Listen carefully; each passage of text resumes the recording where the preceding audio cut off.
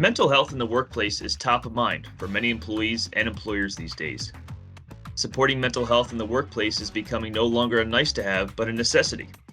Offering wellness solutions as part of any healthcare plan may just be the first step. While the importance of offering mental health programs at work is becoming better known, it looks like employers are failing to meet the call. In fact, a recent survey from Yo found a staggering 3/4 of employed Americans, or around 76%, feel their employer does not make mental health of its employees a priority. I'm your host, Joe McIntyre, and on this episode of Back to Work, we will explore the why and the how for employers looking to improve the mental health offerings of their workplace. Our guest for this episode is Janet Gerhard. Director of Public Relations for FHE Health. Janet speaks nationally on issues related to bullying and hostile work environments, stress and anxiety in the workplace, and how to handle addiction and/or behavioral health crises in the workplace. Janet, welcome to the podcast. Joe, thanks for having me. It's so good to see you, and I'm looking forward to a healthy discussion on mental health. So Janet, maybe let's start right there. Why is it important to talk about mental health as it relates to our jobs? Yeah, well, if we looked at mental health the same way we look at our physical health, we'd have a stronger aptitude for what our mental health really is. Oftentimes, we're so concerned about getting to the doctor and making sure that we have all of our physical entities operating at full tilt. But when we look at mental health, there's still stigma involved, and there's still people who are reticent to talk about whether they have a depressive disorder or whether they're on a slippery slope with drugs or alcohol.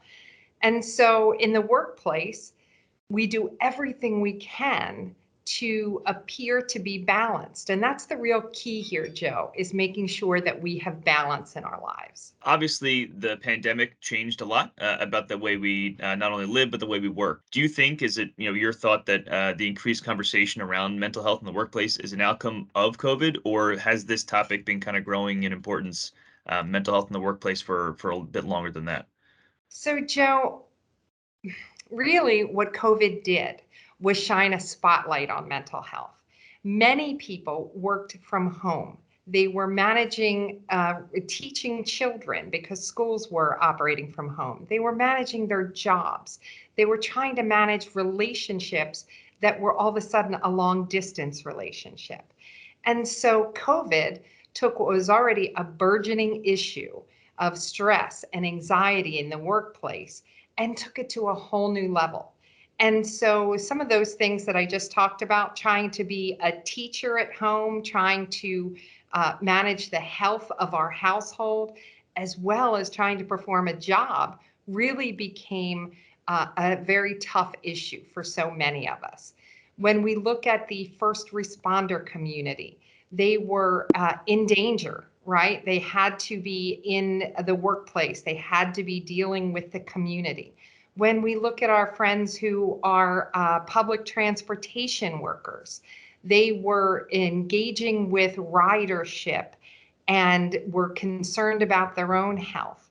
And in many of these sects of the workplace, management wasn't taking care of their health. They weren't providing the correct PPE. They weren't providing support for people who were struggling with higher levels of stress and anxiety. So were we dealing before that with stress and anxiety and workplace pressures? Absolutely. So what COVID did is it blew it up. And so many of the stress and anxiety weren't visible to the employer because where were their employees? At home. So we can't fault management entirely, but we can say that once folks started returning to work and they were seeing different signs and symptoms of mental health, they may not have been responding to it accurately because they hadn't seen it for the last 2 years. Yeah, yeah.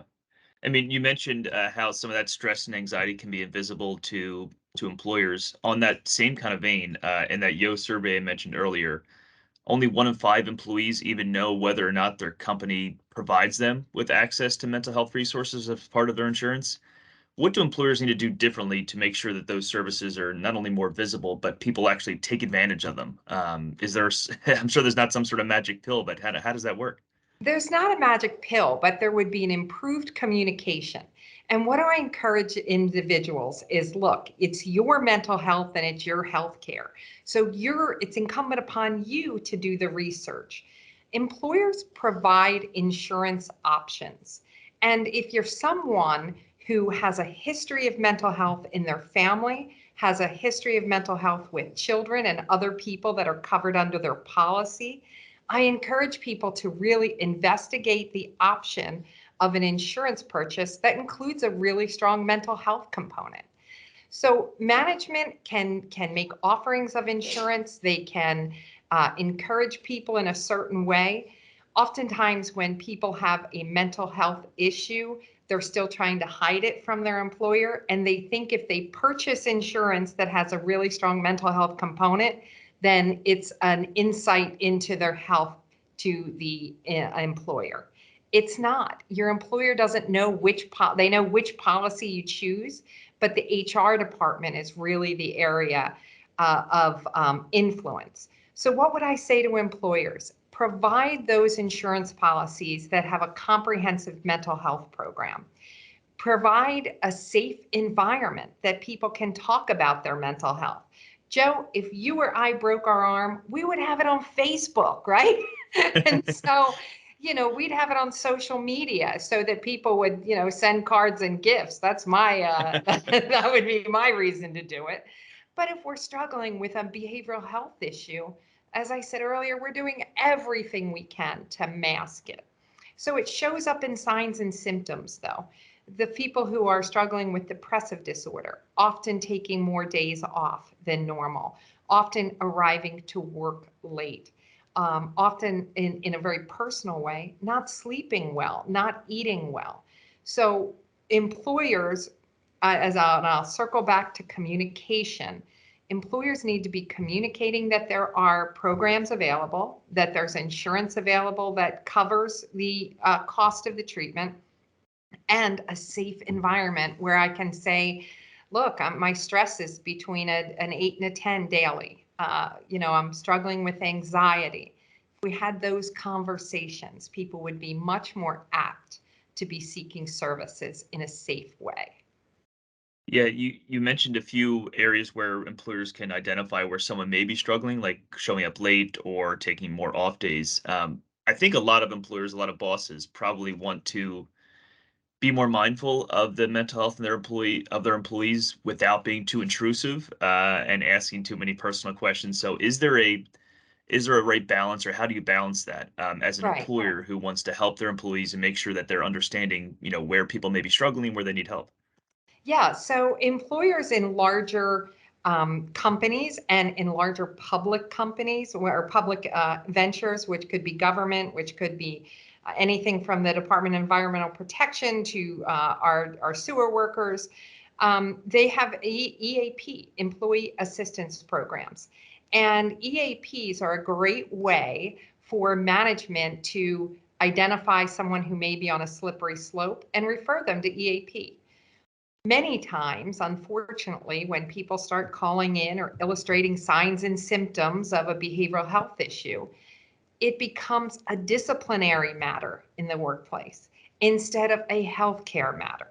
So, Joe, if you and I had a colleague that we saw was struggling and that we took aside and said, "Hey, man, I think you don't seem yourself.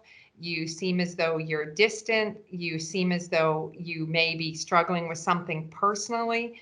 We want to have those conversations in private, and so does management. But if we saw a colleague, wouldn't we throw them a rope instead of just what we tend to do is we tend to isolate people. Now, oh, Janet's not herself today. I'm leaving her alone, right? Instead of reaching in and say, Janet, what's going on today? Is there something you want to talk about? So management's best way to not violate someone's HIPAA, but to recognize that something is shifted, that there's a change, that their employer may be off balance, is to refer them to EAP. Obviously, there's a trend talking about how much people are working. People are considering a 4-day work week, and how that may help our mental health in general. But how much of a role does the demand, I guess, or the expectation that people are always on, especially when more people are working from home, always available? How much of a role does that play in someone's mental health? Yeah, so see my phone and like Joe, where's yours? Is it close by? Oh, it's right here. Yeah, Yep. of course. And so in, FHE Health, which, we've been around for a very long time, what we've seen is a change in people's reaction to the business hours. We used to work 7.5 hours a day, right? And now because of this, it's the devil, it's the angel and the devil. We are looking at our phones after work hours. We're responding to emails. We see a text and our heart starts racing. We are playing tapes in our head of what we could have done, what we should have done, how we missed something. And so the advances of technology, while wonderful and streamline our work days and help us manage, it gives the illusion, and it's an illusion, that we should be available all the time, right? And so I work in crisis. My job is to make sense out of other people's chaos. And I have a little chaos of my own, I'm not going to lie. So if you're here to make sense out of mine, I'm glad. But we do some things with our phone that extends our workday. And then that extends the time that we're not spending with our families. So I don't know about you, but if any of my sons tell me one more time, Mom, put your phone down, be present, right? It pulls on my Yeah. heartstrings. And so we have created an illusion of we're available all the time. We can blindside our families by working during the times that we should be watching TV, playing Scrabble, out for a walk. I encourage people to put their phones down.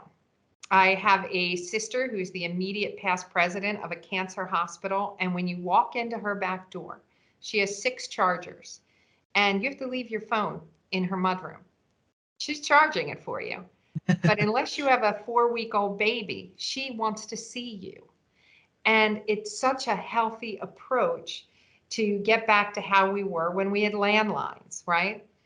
So yes, technology is a very, very strong component in not in upping our stress level. Mhm. And when I talk about a stress level, how many of us during the day say, "Oh, I'm stressed," or most people don't say I'm anxiety; they say they're stressed. So, Joe, today I'm going to ask you 1 through 10. 10's the highest. What's your stress level today? Stress level today for me would be around a 4, but tomorrow I have a in-person meeting, first one in a while. That'll up to a 6 or 7 or an 8. So depends on the day. Yeah, I have a colonoscopy tomorrow. Mine's going to be a 12. Yeah, yeah, So, another area of health that we don't talk about enough, but diagnostics. But most people are working and living in stress levels that are 6, 7, 8. yeah. And what does untreated stress lead to? Anxiety. And anxiety can lead to panic attacks. And unmanaged stress is really the basis of 3 or 4 different healthcare issues that can lead to death. So when people tell me they're stressed, I pay attention, right? And then I ask, what's your stress level? Does that lead to anxiety? Where's your anxiety stemming from? Now, some of us have situational anxiety. I can't cross a bridge without my knuckles being white, my foot barely touches the pedal. I can get myself through it. I turn on a Bruce Springsteen. I know every word to every song. I can get myself across that bridge. But if someone is in the workplace and their anxiety's kicking in, it actually appears to be other things, right? You stop, you become paralyzed. You're not responding to questions that are being asked of you. You're unable to complete your work tasks, and you oftentimes disappear into a private office or a bathroom. And so what things are and what they look like in the workplace can be 2 different things. Yeah. And it seems to me over the past few years, and there's been plenty of research on this, that all this stress buildup, all this anxiety that people have been experiencing over the past few years is leading to some of the highest levels of burnout, quote unquote, that the industry and the employment industry has ever seen. So, what are some strategies that employers can use to, one, prevent burnout, of their employees, or two, if they can sense that some people are, or people have even said their employees have said, "Hey, I'm feeling a little burnout." How can they address that? Are there any techniques or strategies to kind of reverse any burnout that people are experiencing? Yeah, so burnout is so chronic. And as we address that, we're not just addressing it in the workplace. We get home, and I don't know about you, but if I have a bad day and someone in my home says, "How was your day?" I say, "I don't want to relive it." Right? Correct. Because as we talk about it, we're traumatizing ourselves. And so burnout, which can include no longer being effective, which can include calling in sick in irregular time frames, that Monday call out, which people decide on Sunday night, even before Monday morning, I'm not going in tomorrow. Hmm. Right? So what can employers do? They can have a more open and honest conversation about what burnout looks like. We can build teams in the workplace where when we see someone who's struggling, we have others step in and sort of lift their work efforts. We can provide time where people can look. I call it a Facebook 5.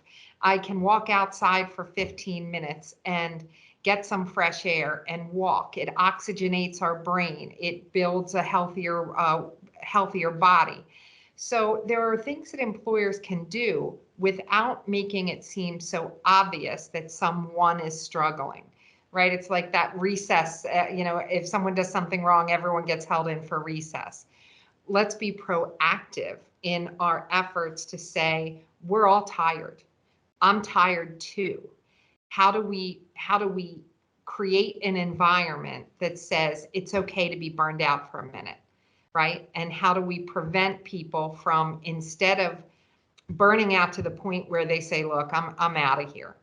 How do we prevent that? And some of those preventions are management's responsibility, but some of those preventions are also self-care, which means when you leave that workplace, you shut the door and you turn work off, and you get in your car or on public trans, you put some beads in your ear, you throw some music on, you meditate. Meditation's a huge way to prevent burnout. When people get time to be alone with themselves and alone with their thoughts. I don't mean get in your head, because oftentimes when we get in our head, we can't get out. But really learning how to breathe efficiently. It sounds, very homeopathic, but at FHE Health, we have a whole program on breath works and how that gets us to the next step and repositions our mind for functioning at a higher level. There are certainly things that management can do with creating a more healthy work environment, but the onus is on us as individuals to change the way. We're not going to change management, but we can change the way we respond to management. Yeah. Um, I mean, it seems like there's been a great amount of progress when it comes to mental health in the workplace, but maybe two-part question here. There's still a stigma, clearly, around mental health generally and specifically in the workplace. Where do you think, scale of 1 to 10, the workplace, generally is now, in terms of, mental health awareness and approach to it and embracing the challenges, and where, how do we get that to improve over the next few years? Right. So I think before the pandemic, we were at a 1, and I Yeah. think we're at a 4 now. Okay. So we're not quite at 50%. We Yeah. need to have people who are thinking more like you and I are, that this is time for a discussion. Yeah. And it's not just enough to put into a policy that you have time. We have to have it's not just policy driven, it's conversation driven. And I often talk about a healthy work environment. And what does that mean? It means that we have the privilege to have discussions about failures. It means we have the privilege to discuss our own creativity and ideas that we want to bring to the table. Um, it just seems to me that there's such a far way to go, but that's why I was so excited to be with you this morning, to have this conversation and to get on a soapbox and say, addressing mental health doesn't cost any more money than addressing your physical health, right? If you had a heart attack or if you had diabetes, you'd go to a specialist, right? And so let's talk about how we get to that specialist and that it's really okay. Our brain is an organ. So let's take care of it. Mhm. Janet, before we go, are there any final thoughts you want to leave our listeners? Specifically, if there's one thing that employees should keep in mind about mental health in the workplace, and then conversely, one thing that employers should keep in mind about promoting a positive work environment and positive mental health workplace. What are some things that you want to leave our listeners with? Yeah, Joe, I told you my history is working with unions, and I've never seen a more comprehensive approach.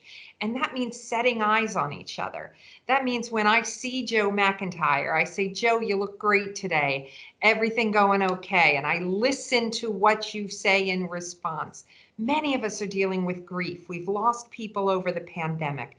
Many of us are dealing with a very complex financial environment.